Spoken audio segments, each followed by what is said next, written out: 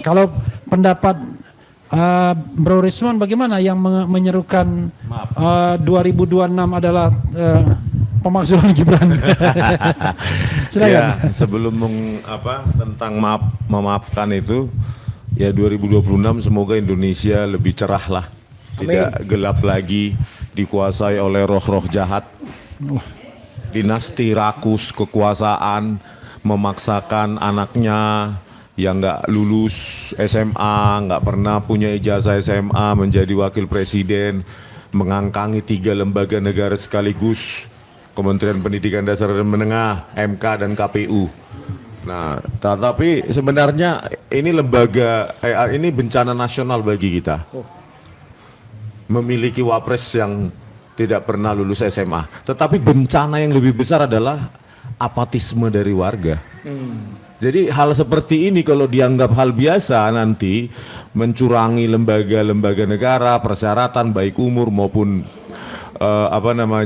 SMA yang nggak pernah ada, ijazah SMA nggak pernah ada, dan ini menjadi terlembaga dan dilihat oleh generasi-generasi muda. Oh boleh toh, dan sah-sah saja selama lu punya power dan lu punya money, it's fine. So ngapain lu perlu sekolah? Kan begitu. Jadi ini kan mentalitas. Jadi kalau banyak sekali saya lihat pengamat politik di televisi itu seringkali mengeluarkan statement apologi, ya kan? Apologi. Bagi saya ijazah Jokowi udah selesai. Untuk apa? Harusnya dibicarakan yang lebih esensi. Halo, saya yakin lu kalau nggak punya ijazah dulu juga nggak jadi pengamat. Itu loh. Ini kan masalah contoh integritas dari seorang pemimpin. Kalau nggak ada ya bilang nggak ada, kan begitu, ya. Apalagi terkait dengan Wapres Gibran yang nggak punya ijazah SMA, ini kan harusnya ya masyarakat harus turun. Makanya resolusi saya 2026 adalah ya, meskipun saya cuma rakyat biasa, nggak punya power, nggak punya money, ya, tetapi ya saya akan berteriak, saya akan mengamplifikasi seruan itu terus, bahwa memang ya Gibran nggak punya ijazah SMA. Ini harus, mungkin kalau ini terjadi di luar negeri ya, dengan tingkat demokrasi atau keadaban atau literasi kecerdasan yang sangat tinggi, saya yakin Gibran ini bakal dihukum di apa? Ya, Nusa Kambangan. Karena apa? Ya ini jangan sampai terjadi lagi lah, masa pakai surat keterangan yang cuma modal kelas 10 atau secondary 4 dari Ocipak Secondary School.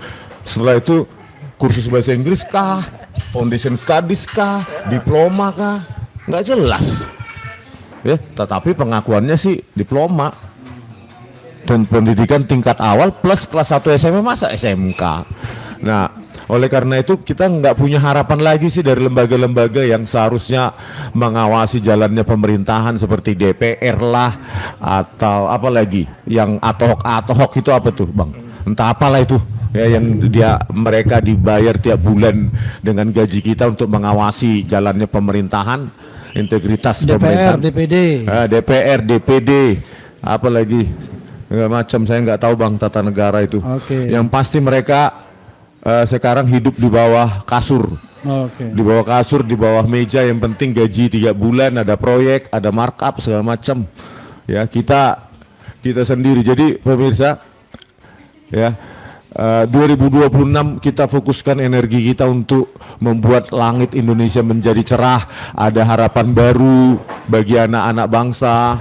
Ya, jangan memiliki pemimpin yang gampang berjanji, enteng sekali menjanjikan 19 juta lapangan pekerjaan, ketika diminta janjinya itu ya dengan enteng. Ya, bicara tentang AI, coding, blockchain, kripto, itu aja diulang-ulangi di 100 kesempatan. Ya, oleh karena itu ya kembali ke masalah maaf memaafkan. Apa urusannya maaf memaafkan? Anda yang memulai ya Anda harus mengakhiri. Itu loh.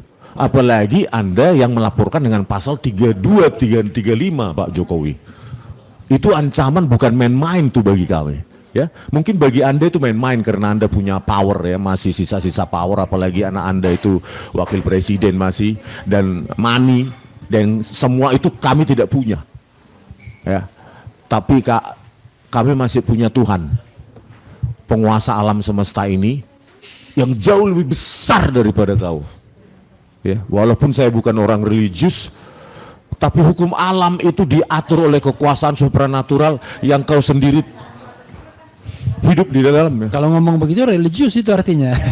Ya tapi Bang, kalau bawa Tuhan itu religius artinya. Implementasi Bang, bahwa ada kekuasaan supranatural yang kau sendiri nggak bisa lihat, dan selama ini kan kita kan dianggap itu bahwa kita yang bohong. Atau polisi kemarin waktu gelar perkara khusus kan setengah protes.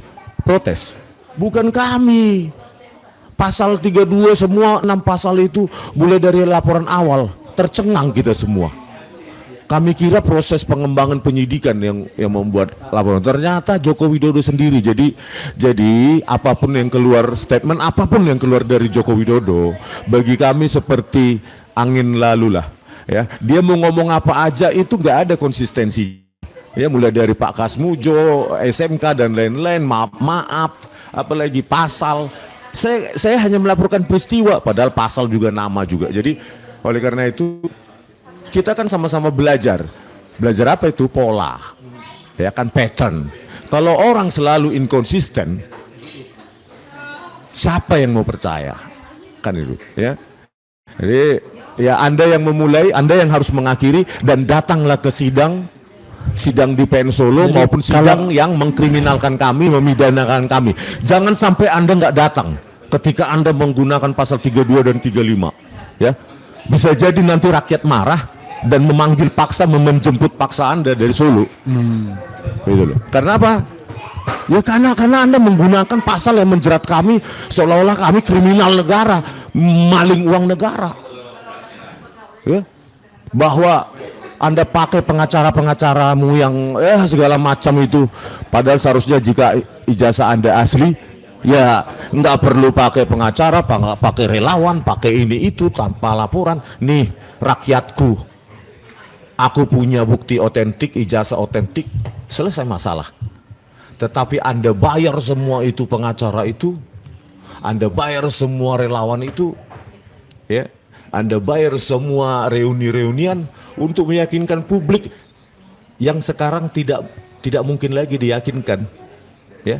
Kenapa? Satu saja keterangan Pak Kasmujo membantah bahwa dia pernah membimbing skripsi maupun membimbing akademik Anda, itu sudah menggugurkan semua relawan, pengacara, reuni-reunian dan lainnya. Itu Bang. Anda galak sekali seperti Pak Kasmujo, bolak-balik. Ya. Jadi bagaimana Pak Kasmujo, sehat kan sekarang? Sehat. Lihat itu Pak, kenal nggak Pak? Sebenarnya kenal nggak sih sama Pak Jokowi? Oke, kita ada tamu Profesor Z. Adnan dari Australia, baru tiba. Dan kemudian tadi kita sempat dijamu, ada jamuan kenegaraannya di sini di rumah makan Padang ini.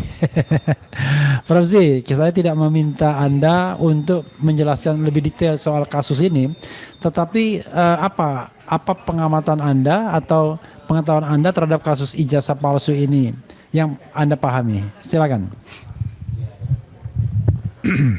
Baik. Assalamualaikum warahmatullahi wabarakatuh. Waalaikumsalam warahmatullahi wabarakatuh.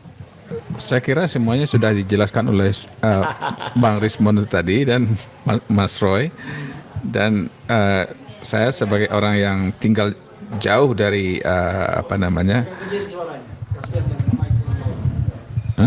Kedengaran kok Bang?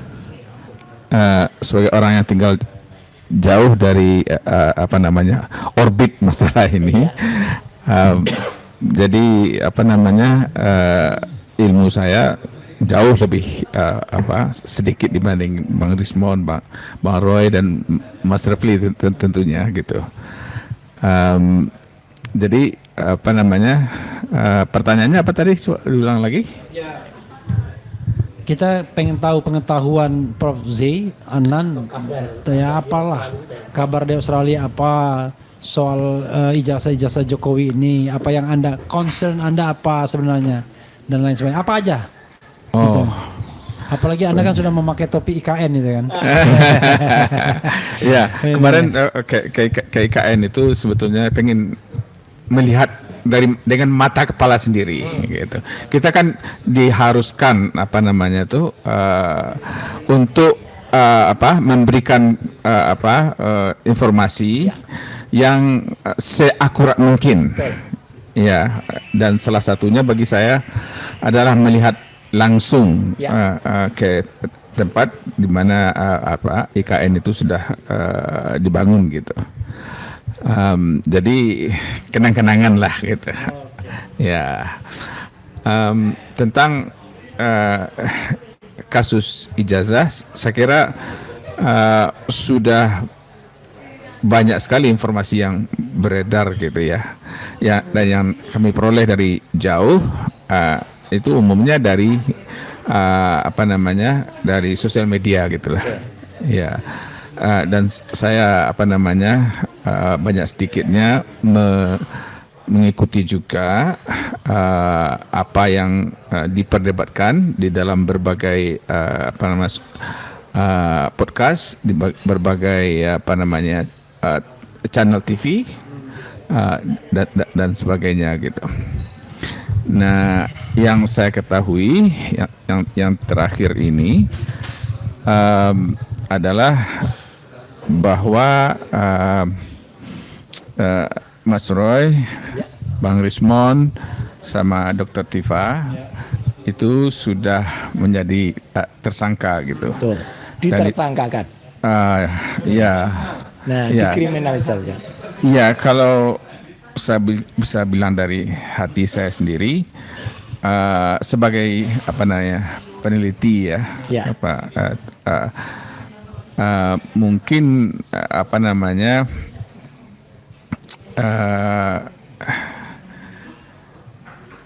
perlu penyelidikan yang lebih akurat dan menyeluruh supaya kasusnya betul-betul bisa diadili secara betul-betul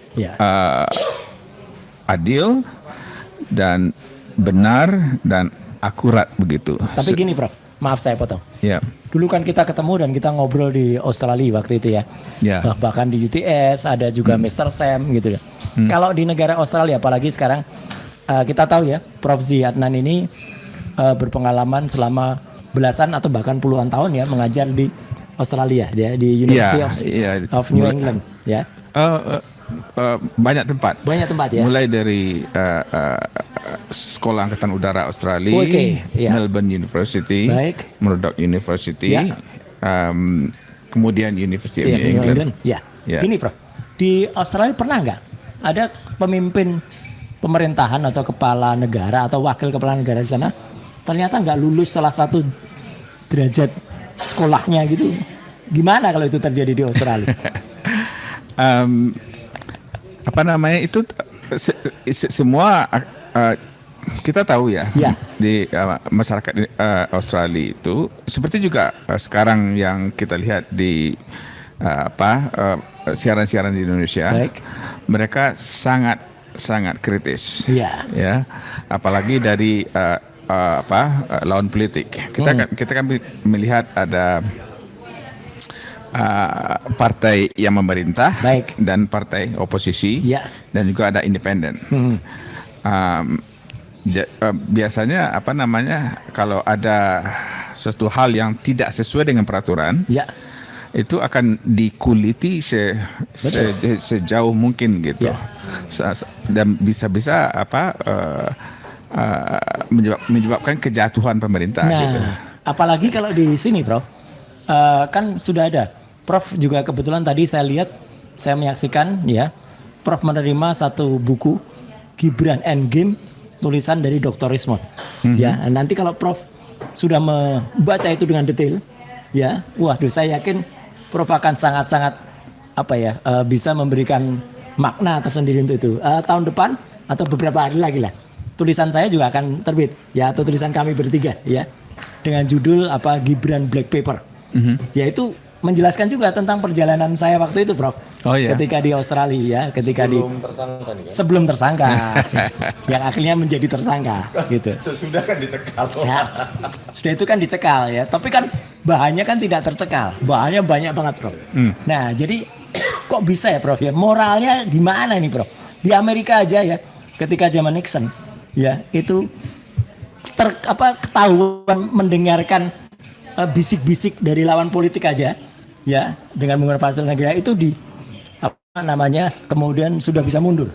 Kalau di sini kebalikannya, gelar perkara kemarin, khusus kemarin, ada yang diusir dari ruangan, tapi dengan bangganya dia mendengarkan, saya dengarkan kok dari bisik-bisik gitu, itu malah bangga, Prof.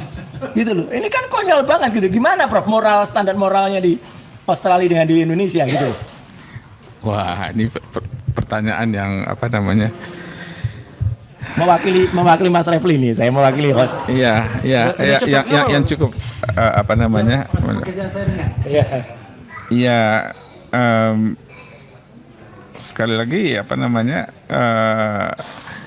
Biasanya kalau di Australia itu kalau ada orang yang sudah didesak demikian rupa oleh media, oleh komentator, oleh itu apa namanya bisa tidak tahan gitu lah. Iya. Dan mereka ada yang mundur gitu loh. Betul. Atau rasa malunya atau keannya macam-macam, bisa karena rasa malu. Rasa malu kan? Salah loh kalau kita nyebutkan keadaannya. Iya. Bisa karena malu tidak tahan lagi, Iya. atau bisa juga karena didesak oleh partainya gitu. Iya, betul. Ya, jadi apa namanya? Kalau saya kira di negara kita rasa malu itu juga tinggi ya, apa Makanya, namanya, harusnya kan gitu. masyarakat gitu. Kalau di apa namanya, kalau kita baca tentang ilmu komunikasi dan ilmu antropologi ya. Ya. Masyarakat Jawa khususnya termasuk yang sangat sensitif terhadap bahaya kehilangan muka gitu. Betul. Dan itu rasa malu tinggi sekali, dan saya kira suku-suku lain juga mungkin degree atau Jangan-jangan tingkatnya berbeda ya. mukanya sudah nggak ada.